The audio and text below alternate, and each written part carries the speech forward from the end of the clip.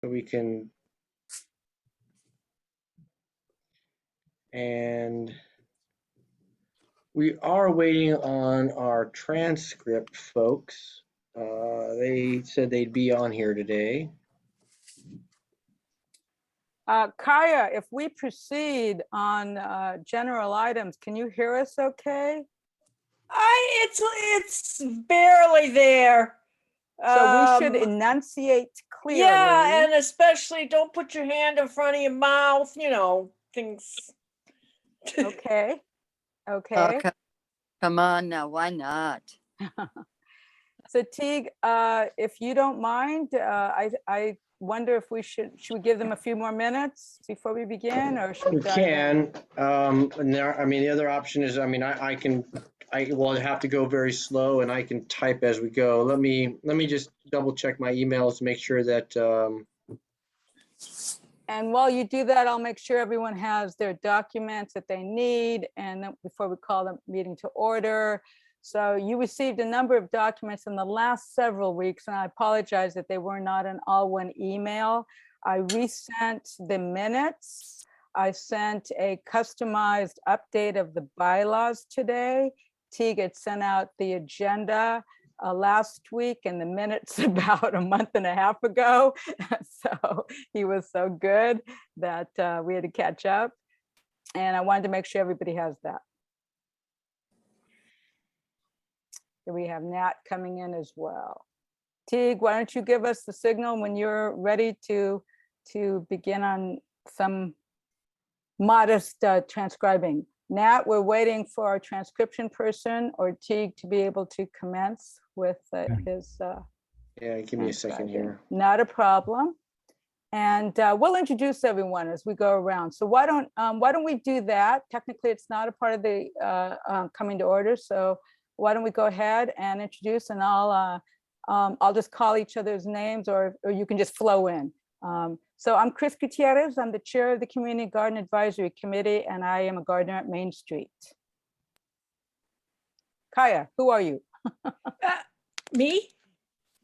I'm an avid gardener, probably the only one in Euclid anyway, with an electric wheelchair, and only Alan and I are the two wheelchair users I know, but we go for it. We're there. We're pushing it. And you are a site rep. Excellent.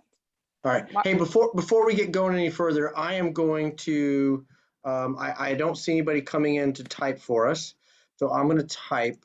Kaya, can you I'm arrange? I'm hearing okay. Now, you know, people, you know, just a little effort by the participants to, you know, speak clearly. It seems to be okay. Well, I recognize that, but I want to make sure that we have some transcripts. So do you have, at the bottom of your screen, you should be able to, Live transcript. that's correct? Great.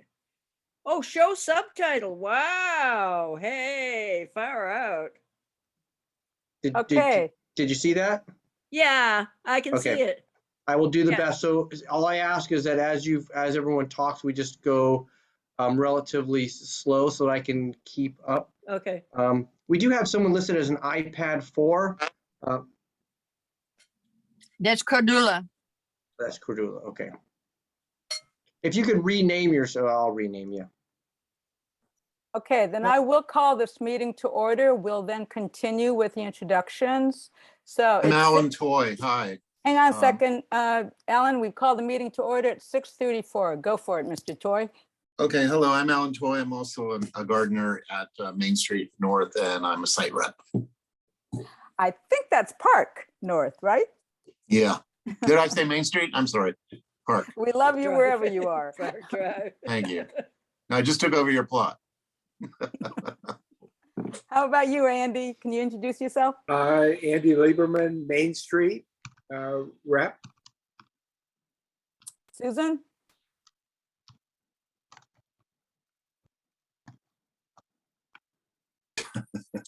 Hi, sorry about that. It's Susan. I'm at Main Street. She's also a rep. Oh, yeah, I'm a rep. That's great. Cordula? I'm on Main Street and I'm also a rep. Nat? Good evening, everybody. Nat Zappia. I'm a site rep for Park Drive South and also the vice. I have the honor of being the second in command here after the All captain. Woo-hoo. Martha, Volunteer at Ishihara Learning Garden. Talia, Hi, I'm a Main Street gardener, former site rep, and now I am working on heading up the Santa Monica Roots Friends of the Gardens. Ishara, Hi, I'm a Main Street gardener and I'm on the advisory council for the Santa Monica Roots. Claire, Hi, everyone. My name is Claire. I'm a PhD student and a researcher at UCLA. I'm studying community garden expansion, so I'm here to observe today. Thank you for having me. Ken, I am Ken Hansen, Park Drive North gardener and former rep. and Nathan. Nathan, go ahead. Watching the public. We're delighted to have you. I'm interested in what's going on and I saw it posted, so I stopped in. Excellent. Well, good evening, everyone. You have the agenda before you. If we can proceed, we need to double check on our October 19th meeting minutes. So if everyone has had a chance to review those, it would be amenable for us to approve them. Do we have a motion to approve? You I move want me to that pull- we- Oh, never mind, sorry. So Alan? moved. So moved. A second? I second. Any discussion? Okay, so do we need to do a roll call vote on this? I failed to remember that. Okay, let's take a roll call vote. So those in favor of passage, Teague, do you want to call the roll call? You want me to? I'll go ahead and call them. Susan, aye. Ellen? Aye. Kaya? Aye. Andy? Aye. Cordula? Aye. Nat? Aye. And Chris, I approve. So it passes unanimously. Fine, so our next agenda item is discussion of our safety protocols at the gardens. Teague, what would you like to update us on?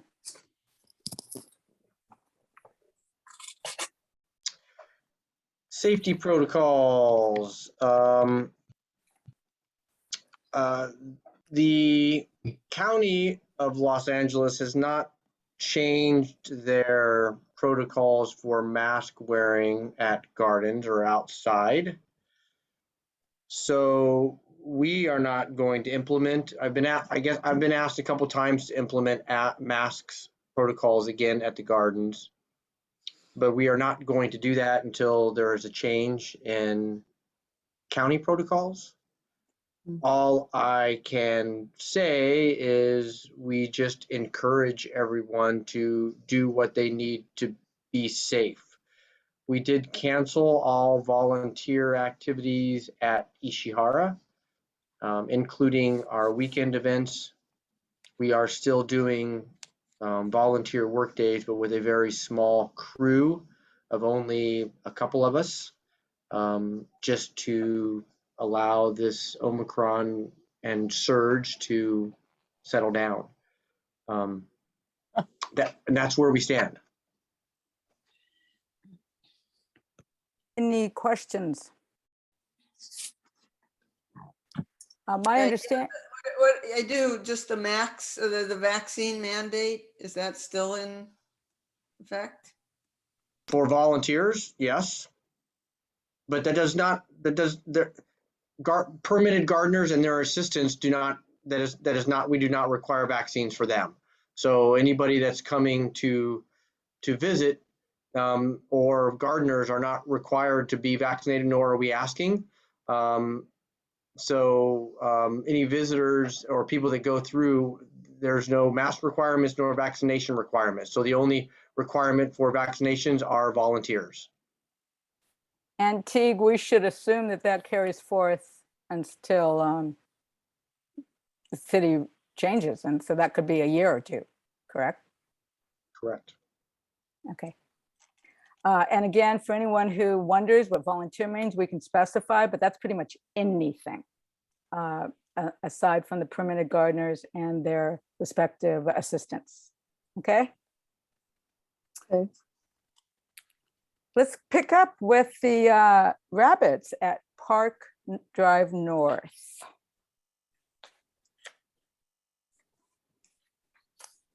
Teague, I understand that you received, as did myself, Kristen, and City Manager David White, some information from one of the gardeners at Park Drive North. Do you want to give us a context of what your work dealing with rabbits are before I add to it some information?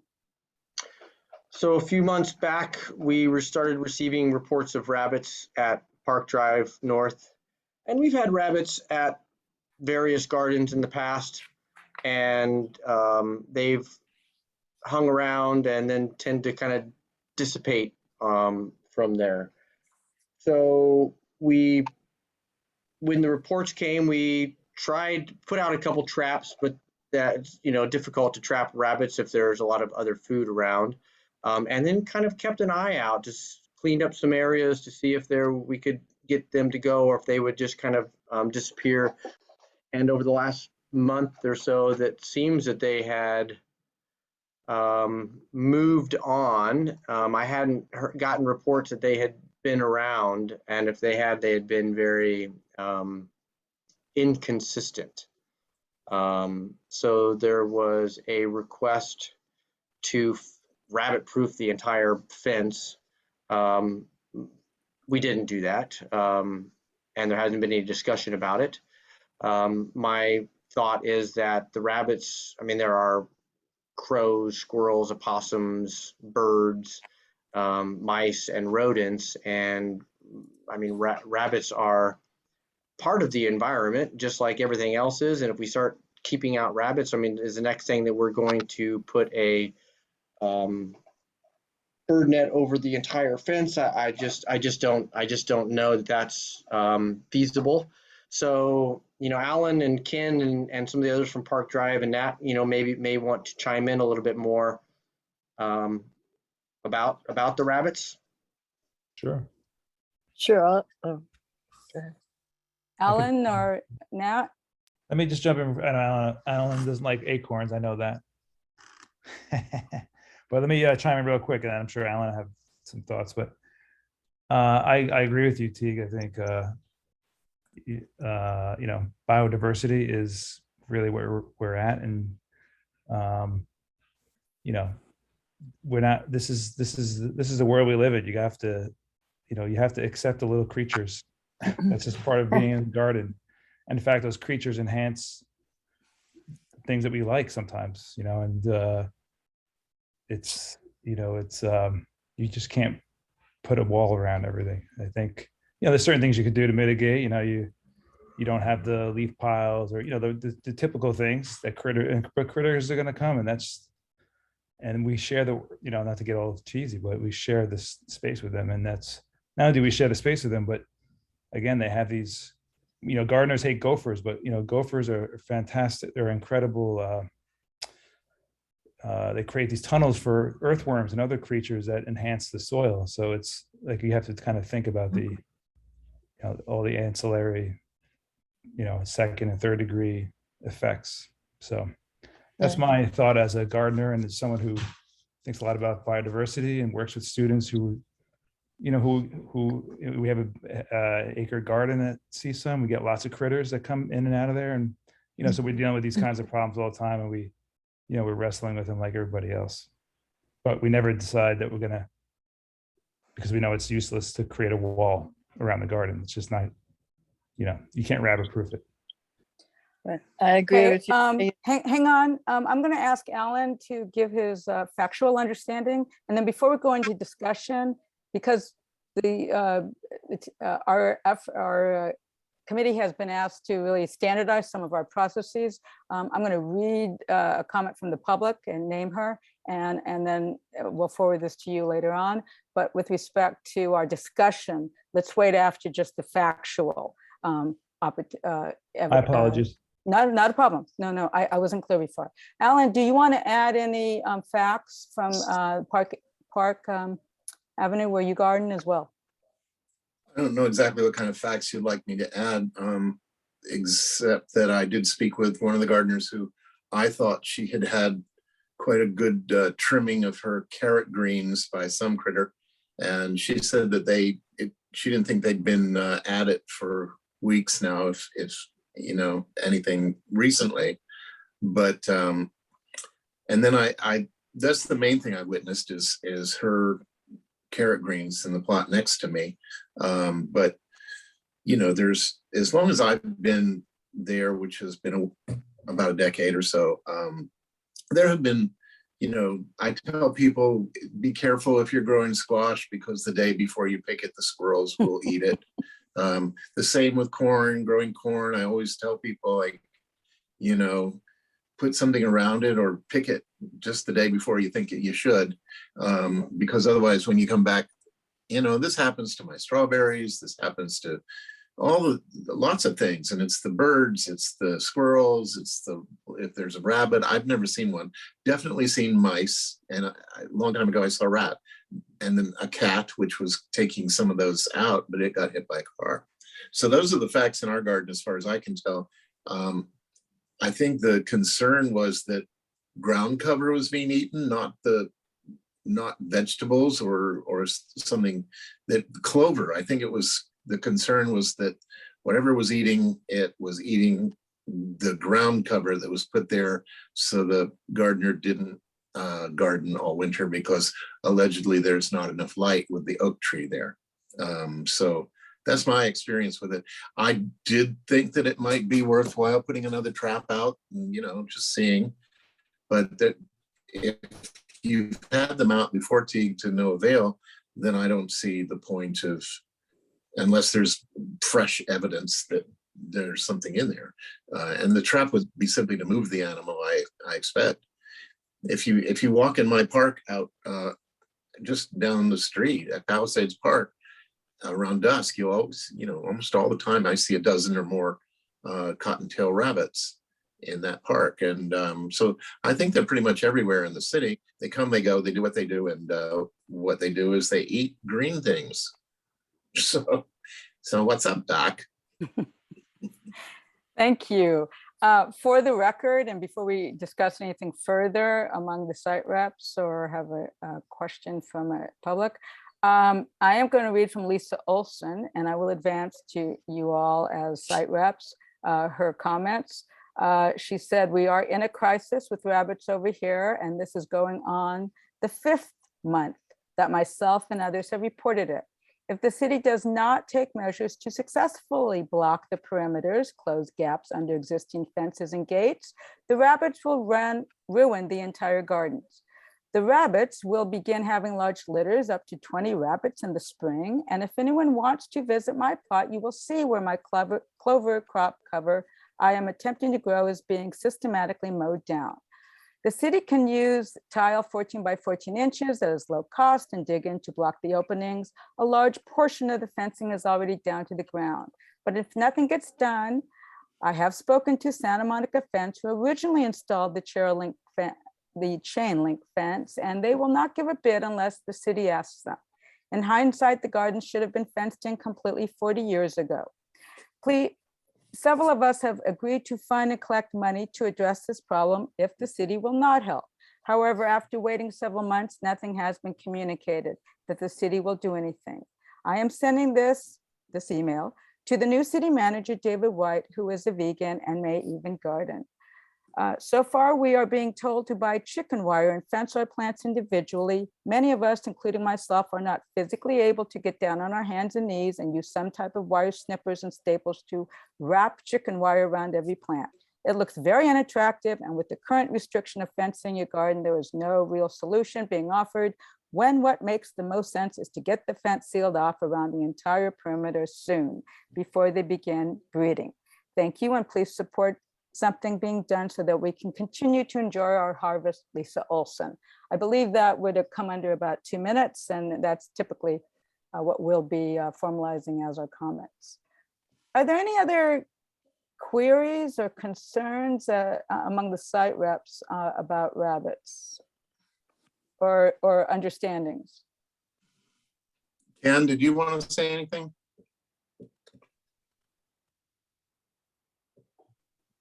I haven't actually seen a rabbit in several months. There was one, I'm pretty sure, living in my garden for a while.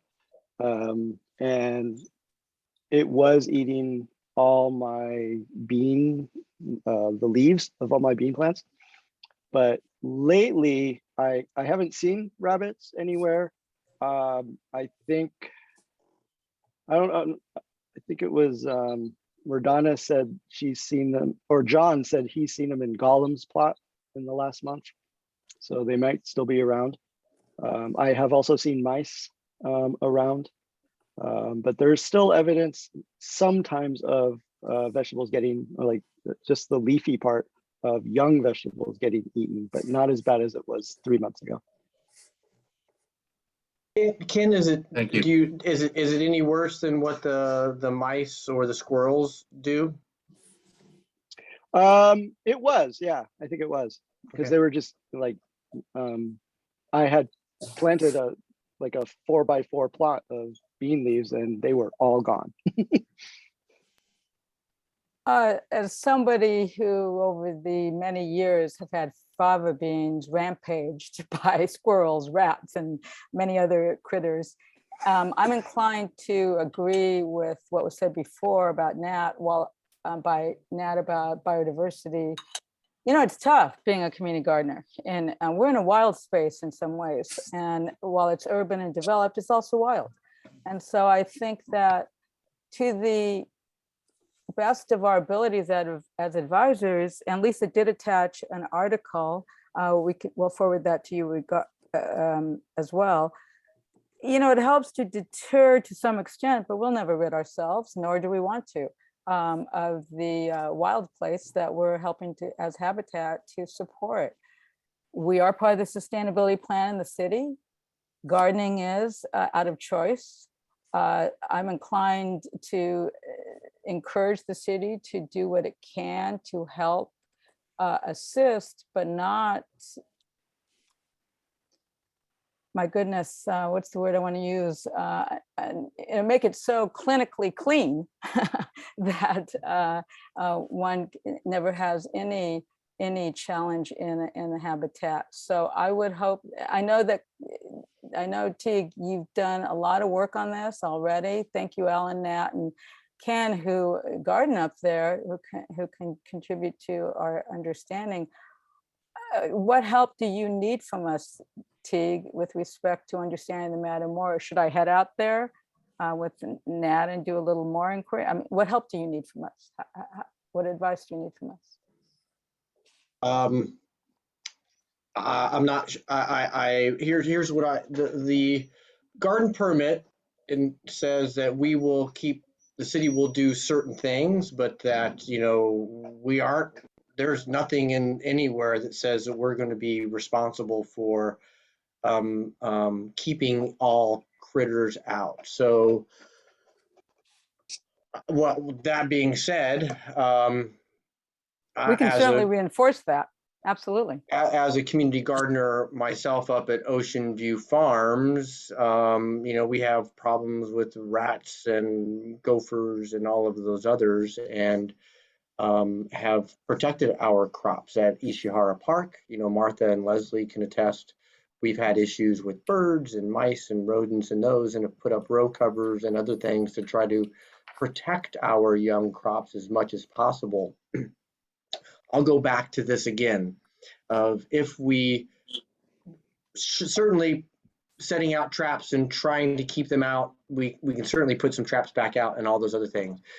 I will say that we're on a slippery slope where if we say we're going to put up a fence to keep the rabbits out, that fence then will need to be certainly maintained.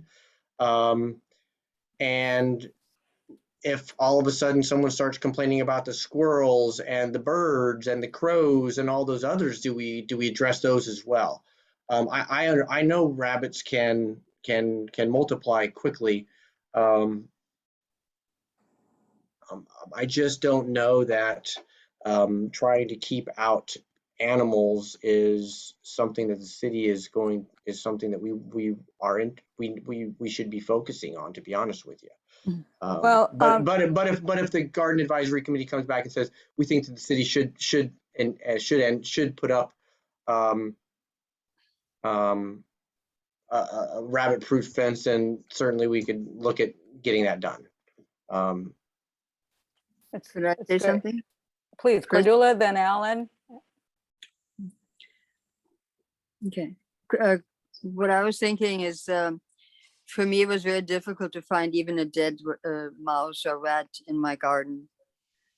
So I think that I agree with you, Keith, that we could live with other little creatures. My daughter lives up north and they have lions and bears and all kinds of animals that visit their neighborhood. So I think they're probably, for the lady that's having a hard time with the rabbits and is losing her crop and can't bend down, maybe there's some other things to protect her property a little bit better. I think they have little cages and cases that you can buy that are ready-made that you can put over a plant. And Chris, I think you guys have been really amazing in how you keep your basically food. You do food. I do a lot of succulents, so they're not coming for some of my stuff. But I really would love to continue seeing creatures around and not eliminate them. Especially, I haven't seen any rabbits. Send some over to my garden. Alan. What was I going to say? That's funny. If you want more, just go to Palisades Park and pick up a few. But no, I think that, I've been to a lot of community gardens around the country on my road trips and things. And I just, wherever I am, I seek them out. Just to see what they do. And I've never seen any of them. I mean, yeah, you see cages around plants and things like that, but individuals taking care of their own stuff. But I've never ever seen anything where the fence is through into the ground and blah blah blah, all that. I mean, that's just crazy talk. And it's I'm sorry, but if you want to be concerned about that, then maybe the community gardening isn't for you. Amen. I think we've tackled this as long as we can afford to this evening. And Teague, I think all of us, I'm hearing consensus then, and Andy has also issued a comment in the chat, that we really want to support the work that you're doing. We do all understand gardening as a choice. It's frankly, on the city property, it's a privilege. So as we well said, so I do encourage us to stay in touch with her. I'll reach out to Lisa, myself with you if need be, and we'll talk to David, City Manager David Martin, just to make sure that he knows we're on the ball here. Which, by the way, we can also invite him to a future meeting so we all have a chance to meet him. But with respect to this issue, I think what you've undertaken is fair enough. We will forward to you Lisa's comments and the article that she noted. Alan, did you have a last question? Yeah, just one last thing. Maybe Teague, I don't know if you've got, or Chris, if you know of student age volunteers or whatever, but maybe if Lisa wants to put up the money and have a volunteer or two go assist her in putting those cages around, creating them for her so that they're easier for her to put in place, seasonally, et cetera. That might be a good thing to offer her, facility in just trying to find a volunteer or two who might want to build those with her at her cost, of course. That's a great idea. We do have volunteers who are eager to support, and we will talk later this evening a little bit more about youth. So, but we have other volunteers.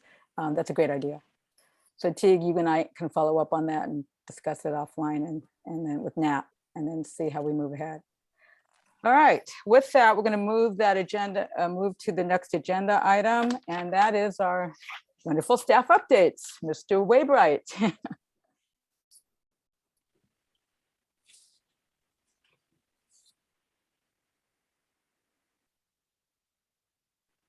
Teague, you're muted. Yeah, you're muted, Teague. All right, I will start with Marine Park updates. We are continuing to move forward with that. We do still have some funding set aside through in our old CIP funds that is now in park fee funds, I believe. I'm not exactly sure where it sits, but there is some money available. We have 2 community input dates scheduled, one for the evening of the 27th, which is a Thursday, which is going to be held via our Blue Jeans platform. We've tried that before and we've had issues with videos. So some of you may be able to join via phone and not be able to see the video. I expect we'll probably record that so that it can be played again. So that will be an online Thursday, the 27th. And then we're going to be on site Saturday, the 29th from 9 to 11 with an example of the modular garden bed that is going to be used on that site. Really, the only thing we're asking about is from the public is kind of really what kind of programming they would like to see. So we are going into that meeting suggesting that the garden be a hybrid of rentable plots. My suggestion is that we have enough rentable plots that we increase our plots by at least 10%, which would be 13 rentable plots, and that somewhere in the neighborhood of the remainder be a shared gardening space similar to the Ishihara space. There has been some pushback from Commissioner Lori Brown recently that she thinks that building a garden there is a waste of money. My response is that we haven't built any garden, so any increase of garden space that we can do would be a good use of funds. So if y'all want to join that Marine Park, either of those meetings, please do. We did send a survey out previously when they were talking about the playground, and got a really good response. Of course, you're going to have some folks that are not going to be in favor. As they say, you can please some of the people all the time, all the people some of the time, but can't please all the people all the time. Some of the folks that are there are against the garden and they want a dog park, but we are never going to put a dog park on the back side of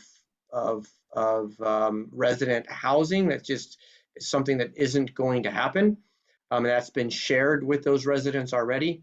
So we're moving it forward. We're trying to move it forward. It was planned to have a community meeting in March of 2020. So we're almost 2 years after that. We're now going back to the community again. So I would definitely support any of you that can join either the virtual meeting or actually being on site. And I sent you all that link already. I was hoping to have a copy of the kind of plan. It's a very basic plan.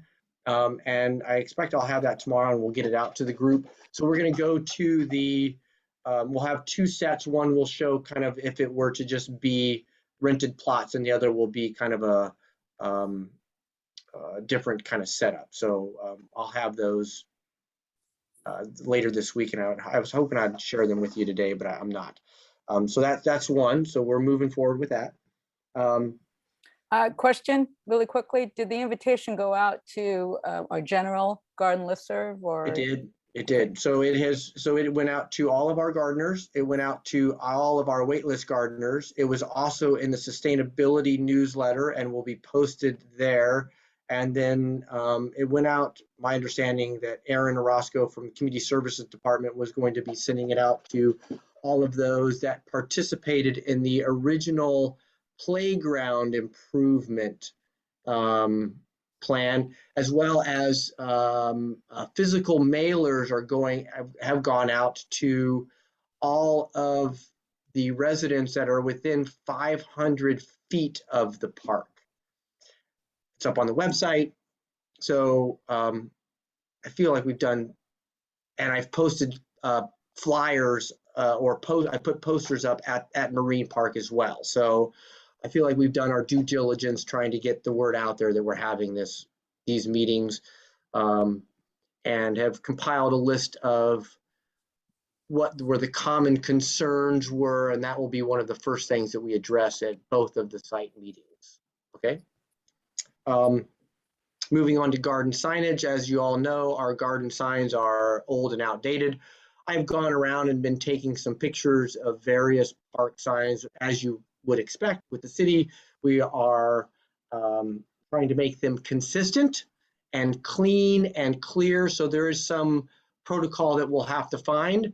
But Nat and Chris and I were working on that. We need to reconvene and kind of finalize that. Tom Campbell from the Parks Department was working with me on that. He's been out for family issues for a good month and a half, so I haven't been able to kind of get any more feedback from him. So I think what Chris and Nat and I will do is kind of come up with a couple proposals that we would have ready. As soon as we have them ready, I think maybe what we could do, Chris, and Nat, is maybe like call a special meeting of the Garden Advisory Committee so that we can all review them and kind of get feedback from the group on that. That would be my suggestion. The next thing is the food pantry. So at Ishihara, one thing we've been very successful with is kind of sharing produce. And one of the things that Shannon and James Velez Conway and I talked about was trying to we hear that there's things being stolen often. So we wanted to try to put something outside that would inform the public that if the garden has excess produce, that is where it would be shared, in an effort to encourage them to not jump the fence to try to get it, to let them know that we would be sharing it on a regular basis.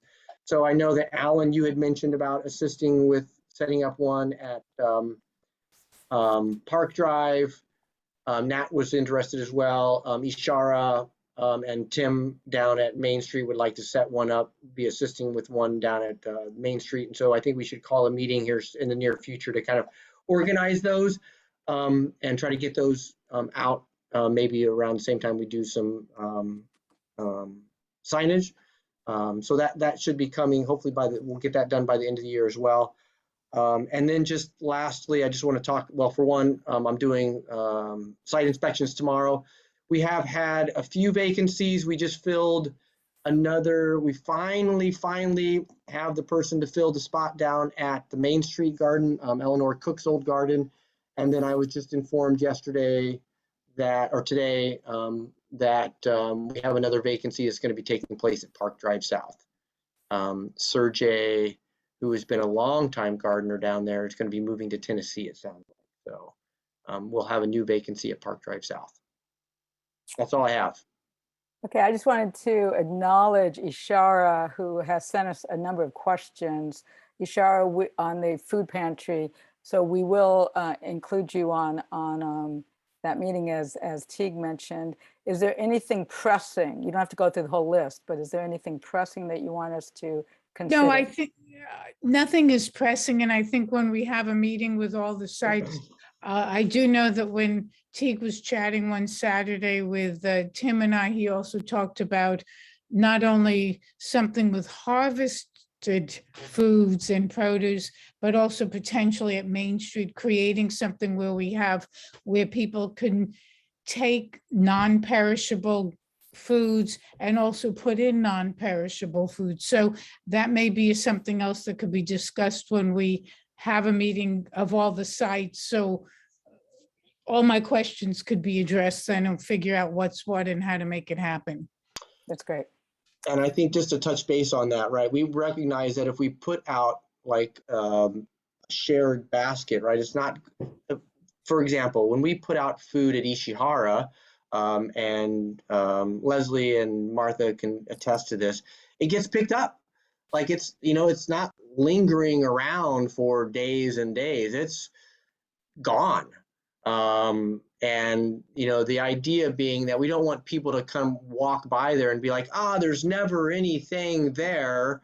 So, the kind of like the free libraries have been successful in that a lot of people have transformed those into kind of free food pantries. So the idea being that if someone comes by and there's not fresh produce, that maybe there's something else that they can have and take that will discourage them from needing to kind of jump the fence and try to get that pumpkin or those carrots or the corn or those things. I still feel that, maybe it's not outside people taking those occasionally, but maybe it is. So the idea being that we create something outside that gives them that alleviates that desire to kind of jump the fence. And Anyway.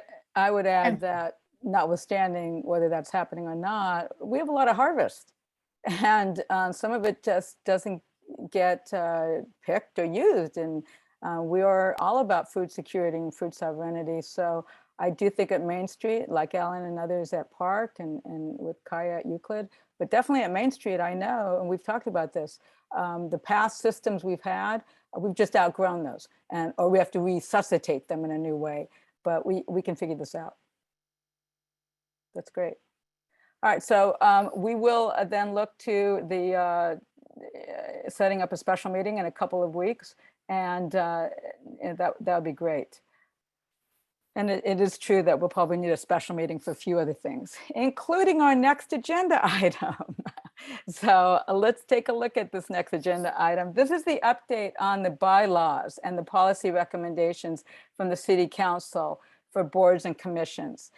I know it seems tedious and it seems really challenging. I sent you, and we did discuss this to some degree at the November 9th retreat that we had over at El Indio. And we have, I put into a format that reflects all the changes we would need to make in the document that I sent the site reps. And it is a document that covers how the city would like us to standardize our meetings. We used as the basis our own operational guidelines and responsibilities. And there's a lot more in our operational guidelines that are not in these bylaws. So that's one thing that we have to go back to the city and double check. Do we have to call any of that out? But on the other hand, there's a lot of things that we already take care of. And then there's a few that we don't have any real process for. So I'm going to call your attention to a couple of things, and I apologize if we're moving a little fast on this. We can always extend the meeting if we need to by a few minutes. So I'm going to ask you to take a look at the document if you have it in front of you, and I'll basically most of this document was customized by just inserting our Community Gardens Advisory Committee name in everything from what our name is to the time and place of our meetings, etc. But specifically, there are rules that are called out. So for instance, on page 1, the time and place for our regular meetings. We currently, because of COVID and the restructuring, meet quarterly. But we discussed at our last meeting, we may need to go back. I, for one, think we would need to go back to bi-monthly meetings. So there's a gap in this specificity whereby they ask us to identify when we typically have our meetings and on which months. And I'm going to suggest to us that I go back to the city clerk with Teague and identify, can we call out our own needs for changing those meetings. Teague, we talked a little bit about this the last time, and while we can hold special meetings, has there been any allusion to changing from quarterly to bi-monthly meetings in the Office of Sustainability and Environment? I believe that the other advisory committee, the task force on the environment. The Sustainability Commission? Yeah, the State Sustainability Commission is going back to bi-monthly meetings. So I think that it's really kind of up to the group how you feel best moving forward. I would say that. I would say instead of going back and asking them what you should do, my suggestion would be that you all decide what you want to do, and we just say, this is what we're going to do. Does that make sense? Makes sense to me, Yeah. only because our agenda calls on this as an update rather than an action item. We're going to need a special meeting to pass that, but I would put on the table that we consider going back to our bi-monthly meetings. We've already identified for our next agenda 4 new three new ideas and or old business, and I have one on composting we could put on. There's a lot to do. And as we're expanding our urban agriculture, I think this committee should feel confident in having at least every other month. So with that on the table, is there any comment on that at this point? Or we can decide on that specifically at a special meeting when we cover all this ground. But is there any comment that that's a terrible idea? Or maybe it's need a monthly? Alan?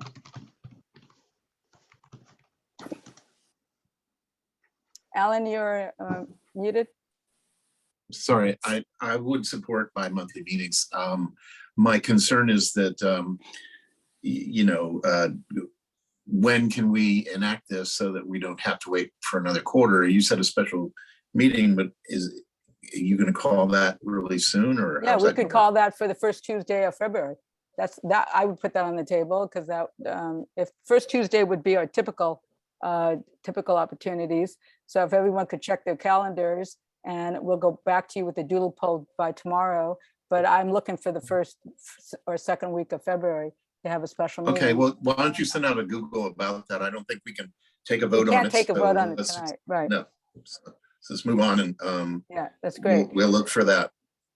Likewise, just so you know, the same rule calls out our meeting place. So we'll specify Ken Edwards at the time that it's befitting, following the need to be on Zoom, and Zoom if it's not possible to be meeting in public, person to person.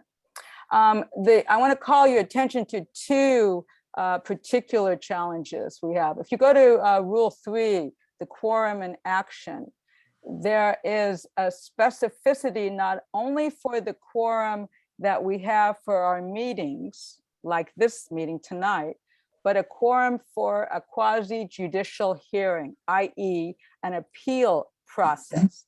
And we have talked about having an appeal process, which we do not currently have, for citations or other challenging situations with gardeners. And we need to set up that process. Nat and Teague and I talked a little bit about that on the admin, but that would be something that we will discuss at the next special meeting, because we need to employ that then in these bylaws. Any question at this point? Okay.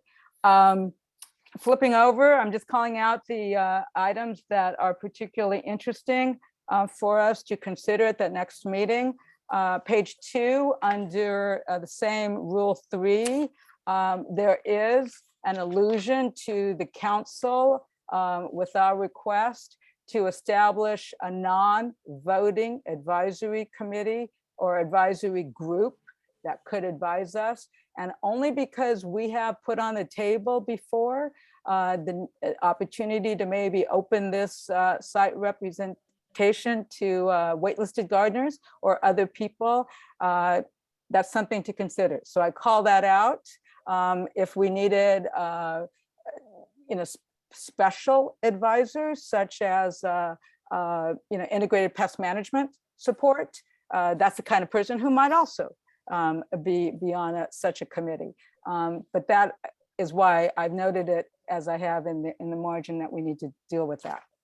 And then there are just two other comments I want to call your attention to that we need to really contend with, which is our processes for agendizing items.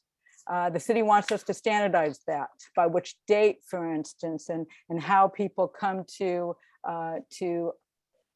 put those agenda items. It's pretty well maintained with Teague, but I think to help Teague and all of us, we're going to need to identify, is it 10 days before?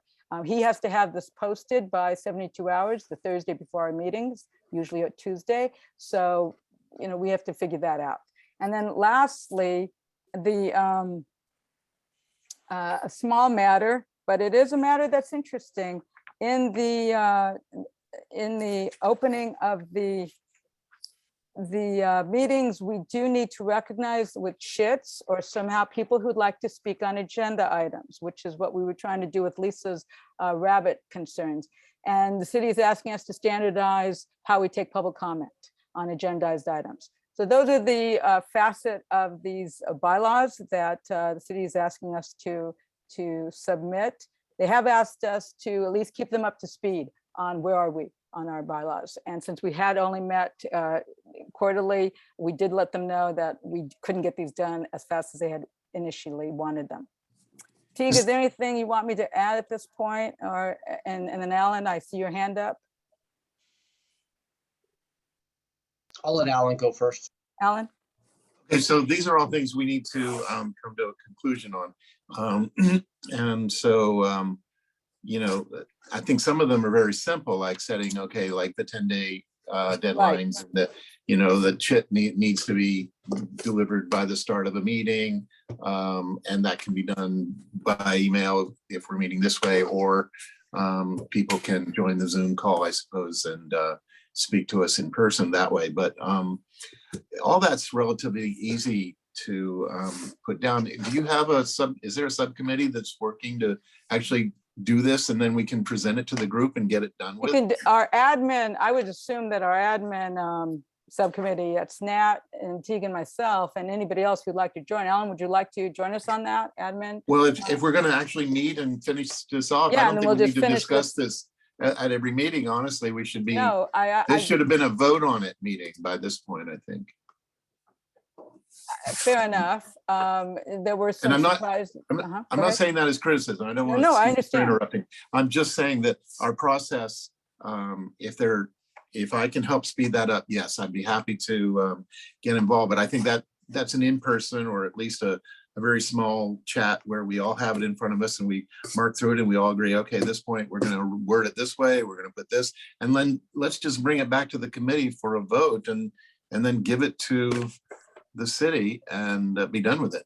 That makes sense. All right, so we'll, for the admin committee, Nat, Teague, Alan, and myself, we'll set up a meeting in the next 5 to 10 days and get that done. And then we'll bring it to the special meeting for action taken. That's a great, yeah. Okay. That's a good goal.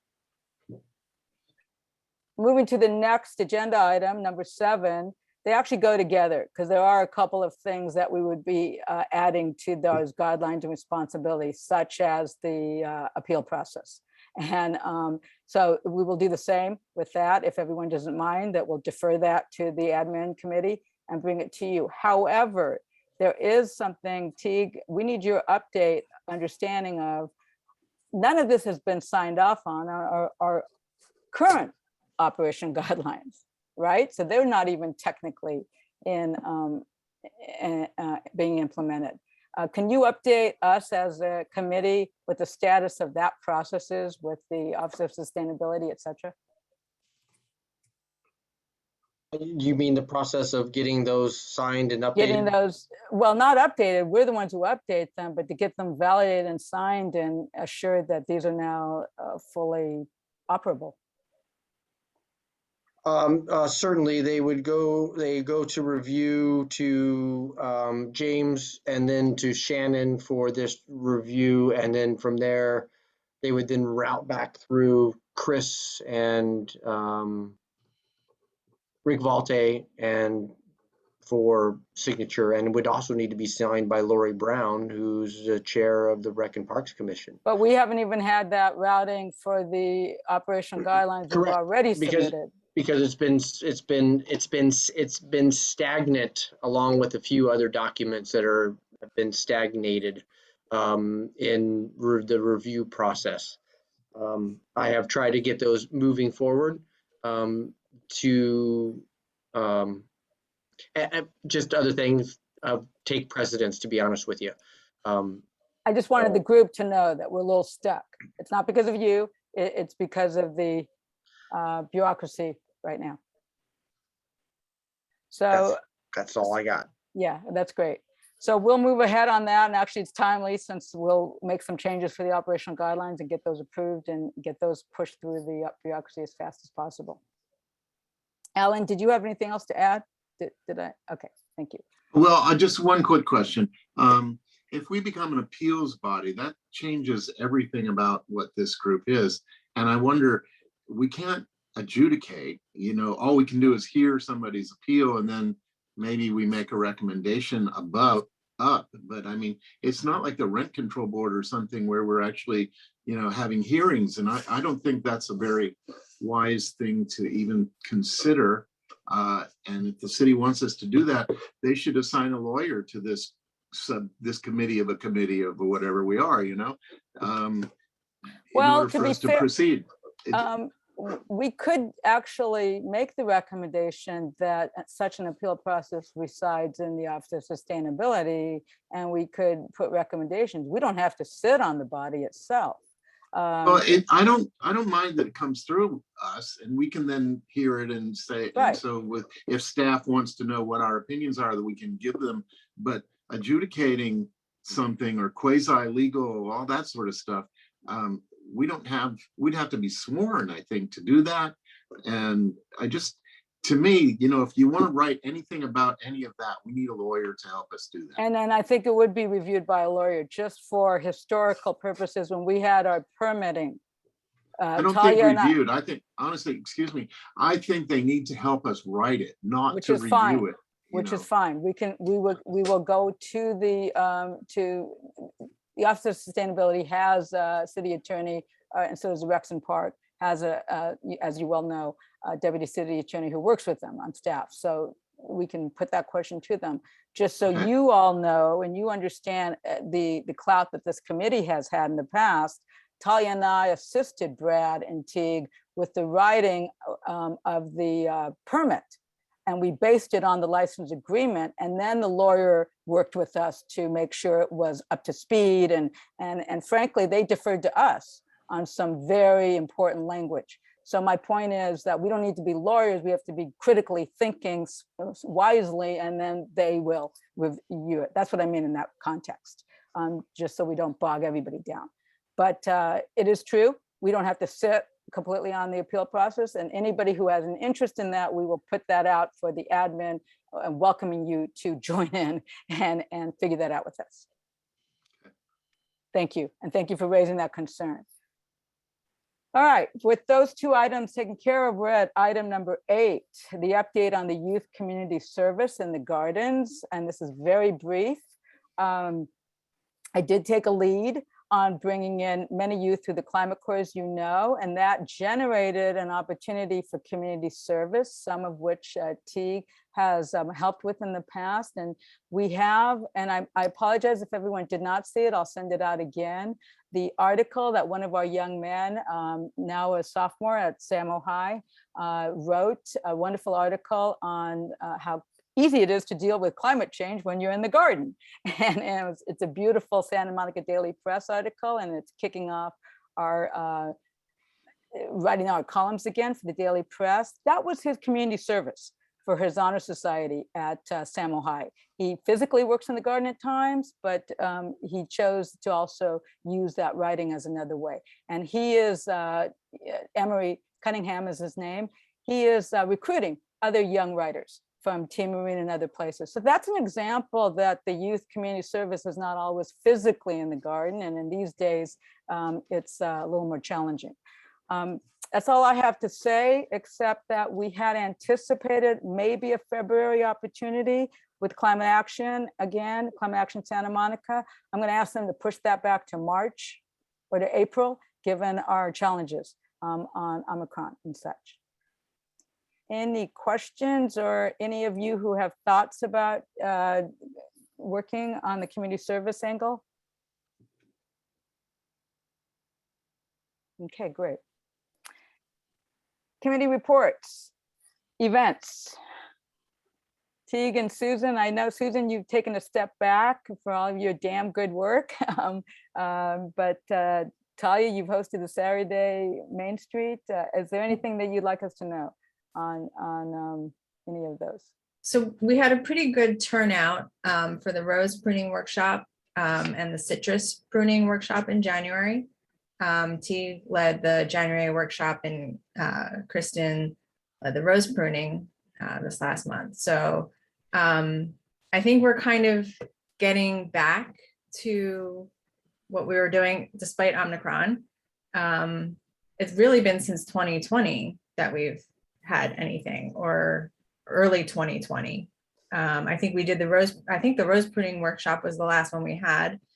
So we were a little bit more organized, right? Wasn't it? I think pretty much. So we had, last time we had a sign-in sheet, and so we're getting back into the rhythm of things.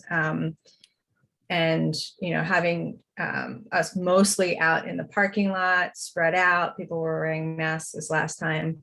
But something I wanted to talk to the board about was maybe letting Santa Monica Roots and the Friends of the Garden, as we're establishing ourselves, start to pick up more of the responsibility of planning and facilitating the breakfasts. So it's less on city staff and other members of the advisory committee and site reps to do that. So maybe just coming up with a really solid plan of workshops.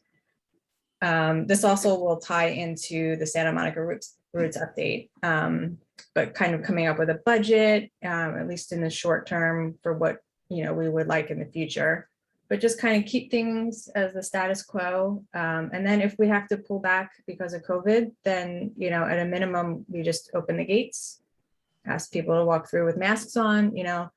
I think just getting the gates open once a month is important to keep welcoming the community in. So I'd like to know your thoughts on that. If anybody has any feedback. Well, I for one, I want to thank you and Susan for having commenced and continued, particularly with these challenging times. Talia, as you picked up the lead in many, many months, and Ishara and the cost. And Ishara and Tim have been religiously there. Whoops, have been secularly And there Claire. with spiritually. And Claire, well, this is a really good example, everyone, and for the public to understand. You don't have to be a site rep to be on our committees and to participate in programming. And now with Santa Monica Roots, you don't even technically have to be part of them, but we welcome anyone. So if that's okay, maybe we could talk. Yeah, we can't take a formal action, but we can move that forward, and with the assumption that we've been doing it in practice anyway. I just kind of wanted to mention what was going on. So it's great. If I could just add, I think we'll plan on having events in February.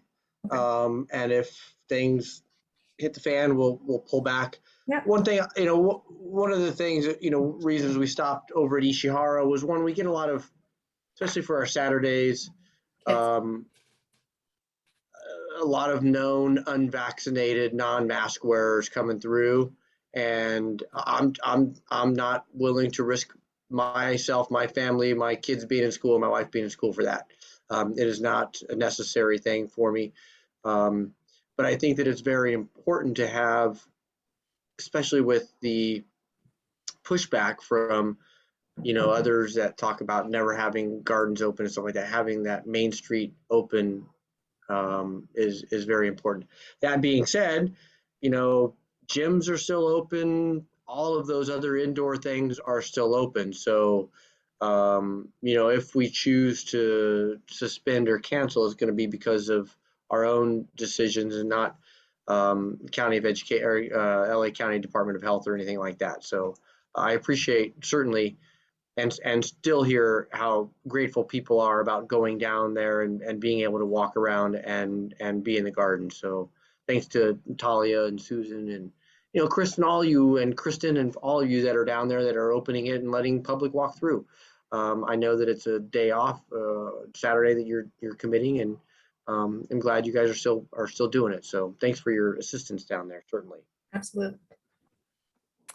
Okay, on media and communication, I'm sorry, Cordula, go ahead. Yeah, can I just say a quick thing about the garden? I'm at work and I work with seniors. I am not only vaccinated and boosted, but I now have to take a test every 3 days to be able to work. So for me, it's a real challenge to know that people are not vaccinated or when they come through with no masks, especially with this particular variant. So I don't know. I hear what you're saying. I broke my ankle, so I haven't really been around very much for the last month or so. But I'm kind of nervous about people coming in. So I just wanted to say that and I'm going to be 79 Sunday. So I'm not a youngster. I'm not a spring chicken, although I feel like one. But early happy birthday. Thank you. I did acknowledge to Talia, we can model by wearing our masks, even if it's not a county rule or anything. And Right. then other people get the impression, and Talia's been good at saying, none of us have to show up. She's willing to take that responsibility. Right. No, but I'm talking in general, because Teague said that we don't have to adopt wearing masks in the garden until the city does that. Well, that's as a requirement. That Right. doesn't mean that we can need to avoid encouraging, modeling, expecting. Yeah. Okay. Talia? Yeah, I last just thought? want to say one thing. Last month, we all had masks on except when we were eating or, if we'd been already talking with people we know. And everybody that showed up had masks on, and we had masks available and hand sanitizer. So Cool. Right. be available. Thanks. Great. On the media and communication, I already told you about Emery's Santa Monica Daily Press article. It is, it's a committee that Ken initiated, thank you, and it's a process that Ken and Talia initiated years ago. So Ken, I'm back in touch with Matt and have asked him to resuscitate it with us. But I'm going to put out an invitation to everyone that you can share with anyone. Writing does not, for the garden column, doesn't mean to have to always be in the garden. There are many, many ways to share understandings. And also the media is not just that column. Some of you are posting on social media. Some of you have other ways to interact on media. So think of, your photos or whatever, maybe that's an event down the road. But I'll put an invitation out for others to not only write, but to join that committee, because all the more the merrier. Sure. Education. Teague, do you want to make any thoughts about the Master Gardening UC applications or the Grow Victory Gardens or anything that we're having? Certainly, I can mention that the Master Gardener application has closed. I think January 10th may have been the deadline. We are going to be running a spring. They're changing it from the Grow LA Victory Garden classes. I think it's called Grow LA Vegetable Gardening classes now. But we are scheduling one of those for the spring, I want to say March, hosted out of Ishihara Park. It's been virtual the last 3 times, I think. There will be one. I don't know how much we'll actually be able to get into the garden per se, but that'll be coming up. I think they'll be announced probably early February.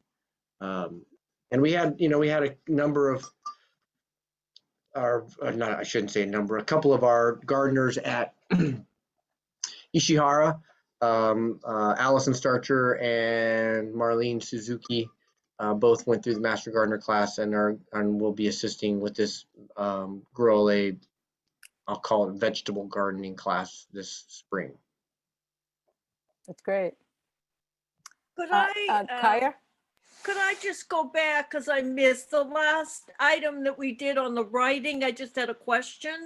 And I was wondering if it's put out to all the member, the 800 waiting list members, if there's, if anybody on that list would be interested in writing.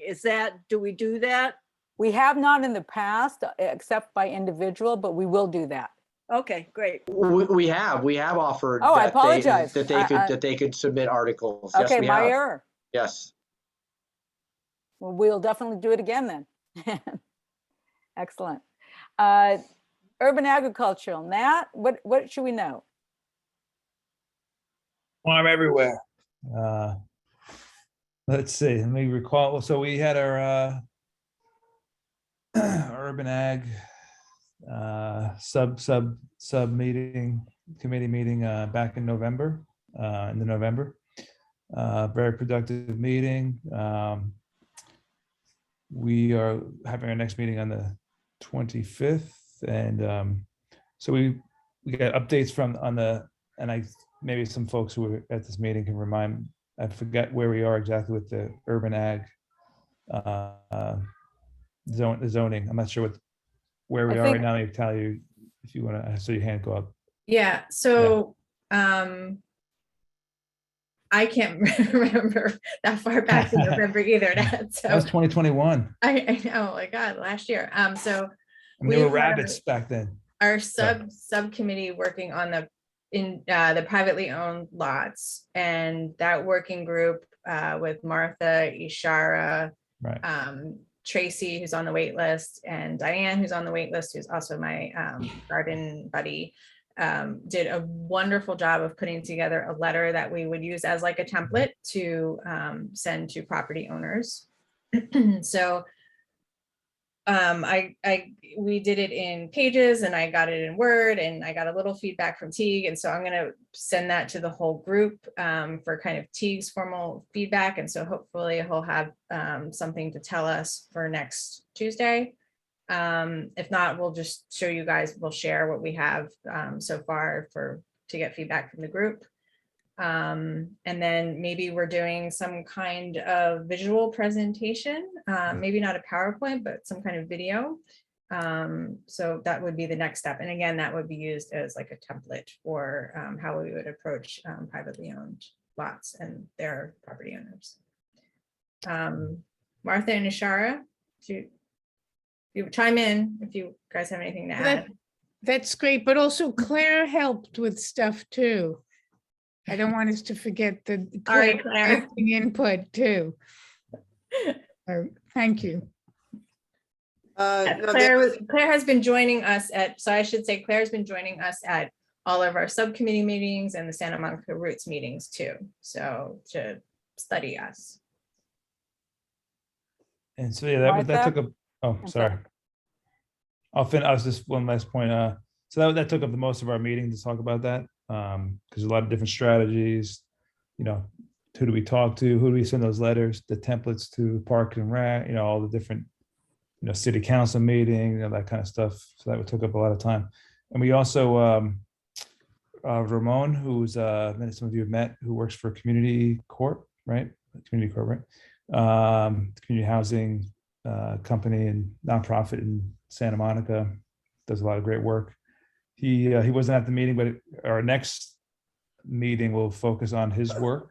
I think Claire was there, right? I think you were at right. And so I know they connected because Claire's, as she mentioned before, she's doing research on community gardens, and he's also writing his dissertation on that. So you're all welcome to come on the 25th and, kind of hear about some of the things that he's doing and, some of his vision and how it might come into play with some of our goals. So I'll leave it at that. Hopefully I'll see you all then. Let me know. You could shoot me an email if I could send you the Zoom link. That's great. Nat, have you had a chance to send that out at all? Or should we expect it in the next few days or The- something? Well, I sent an invitation out, but I apologize. Zoom link, I just yeah, wanna the make Zoom link, sure we everybody knows. haven't decided who's gonna Okay. monitor yours or Okay, whoever. then you and so I we can talk offline Yeah, and we yeah. can do that. Sure. And I Um, didn't get an invitation to that meeting, I don't think. We'll send Oh, one no. out. We'll Okay. update that, and make sure Oh, we sorry. get that out to everybody. At that meeting, I do recommend, we noted on the agenda here, but not for taking action yet, we do need to write a letter to the Rexon Park formally from this committee, and we can then get it off by, agreement online or something that they have to agendize the UAIZ. We can all do that individually. We can have people, writing to them in any way that they want, but we need to formally do that from this committee too. We've got to get that agendized. On that note, one last thing that I failed to notice that we didn't put on, I will update you. Daniel Thurman, who has worked with us on expansion, he and the Team Marine folks of Santa Monica High started a change petition to get more regenerative urban ag in the city. I'll get that link and send that out to you because that's another way to promote that. That petition started about a week and a half ago. And I haven't looked at it in the last few days to see how many, but it was moving pretty quickly.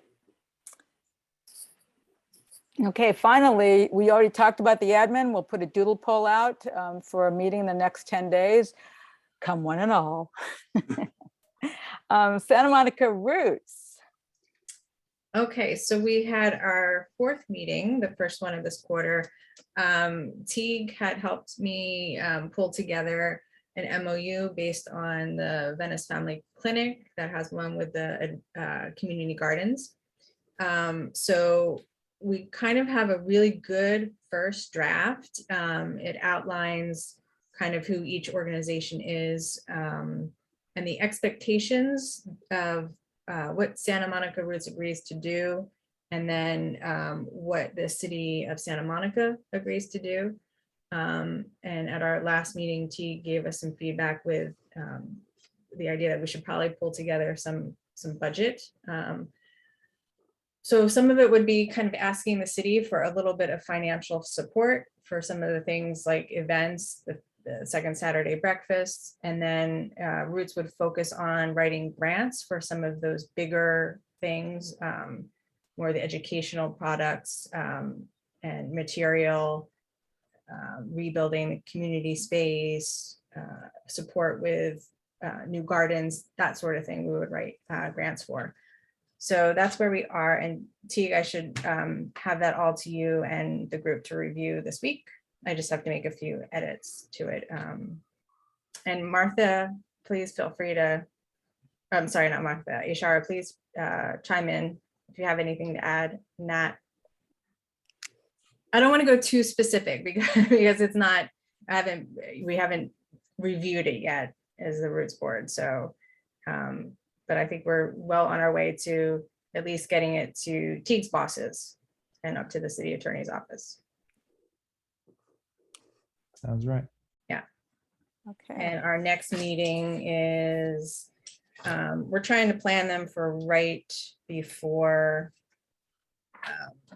the advisory committee meeting. So if you guys go to bi-monthly, we'll try to, have special working groups to advance the work. So we're meeting on Tuesday, March 29th at 6:30. So if anybody wants to join, I usually send out that Zoom invite a week or so ahead of time.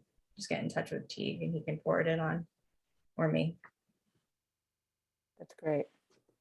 Number 11 agenda item is our Commission on Sustainability, Environmental Justice, and the environment. And we are we have a liaison. I have been that a liaison for many a year. I'm happy to have, I love doing it. I will go to those meetings anyway, but I'm happy to hand that off to anybody who'd like to be formally our liaison.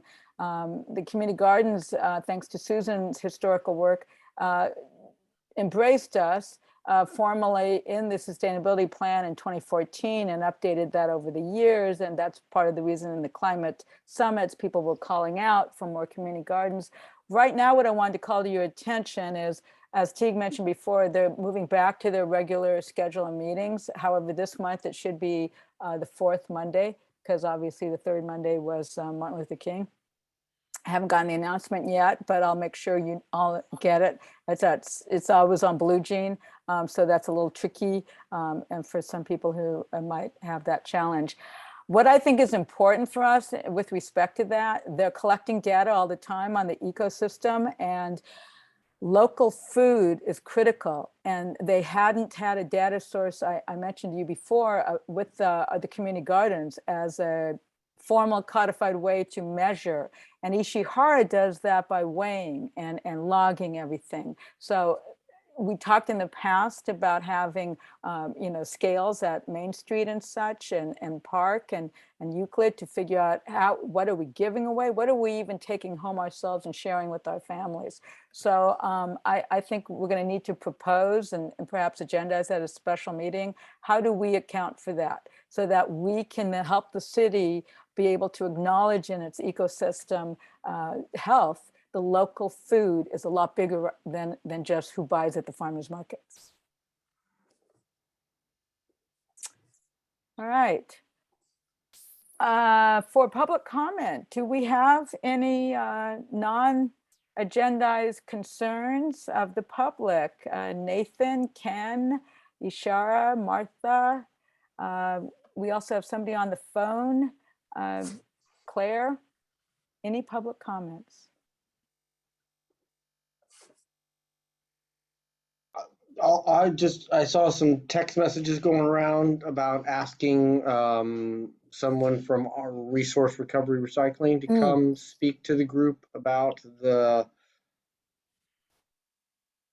whole mandatory recycling and organic composting. Is that something we want to try to make sure we get on the next agenda?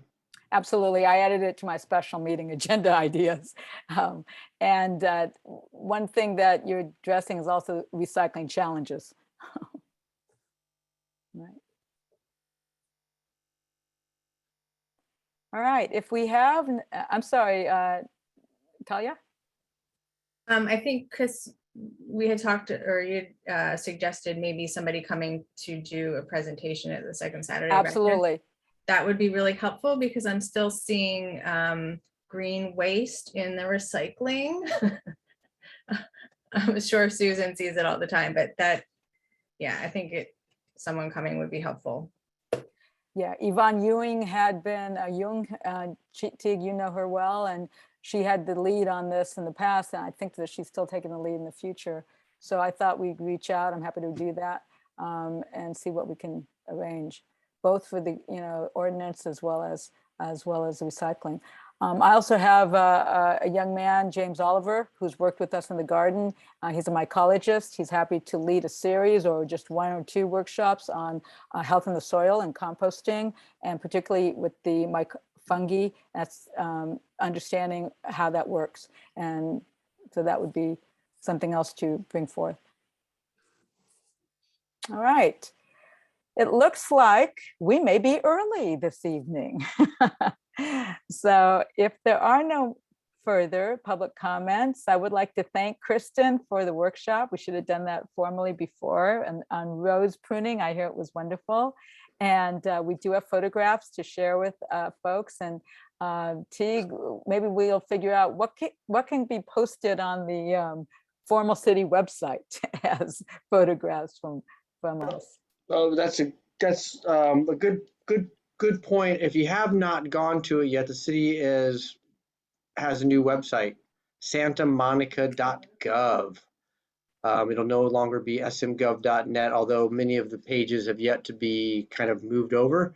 So interestingly enough, they reduced the old website, as you all know, was clunky, had something in the neighborhood of 50,000 pages, and they consolidated that down to 1,000 pages.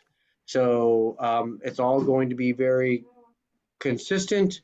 short and quick. And really the design, my understanding is that it will be easily read on a handheld iPhone, Android, those types of things, because they find that most people are reading them on that. So I wouldn't say go to the Garden's website yet, but you may want to go to santamonica.gov and just take a look at it. If you are going to take pictures of things, what they're asking for is to have the blue sky in the background. And that any pictures that we're going to post be done, there are going to be no credits given to the photographers, and that anybody in the picture has to have agreed to have their picture on there. So if you take a picture of it at a workshop and we have people that are in there that we don't know or don't know that they are okay with it, we're not going to use them. Now we can definitely crop things out, but that's what they're looking for. Another thing to agendize or a special meeting, a photo release. Okay, great. Thank you. With that, I think we can in fact end 4 minutes early. So someone would like to make a motion to adjourn, Alan, and someone to second. I'd it? like to move that we adjourn this meeting. And Kristen seconds, thank you. All in favor? Aye. That's unanimous and welcomed vote. Thank you very much, everyone. Have a wonderful and safe week. And we'll see you online and in other places in the garden. Okay, thank you. Bye. Bye.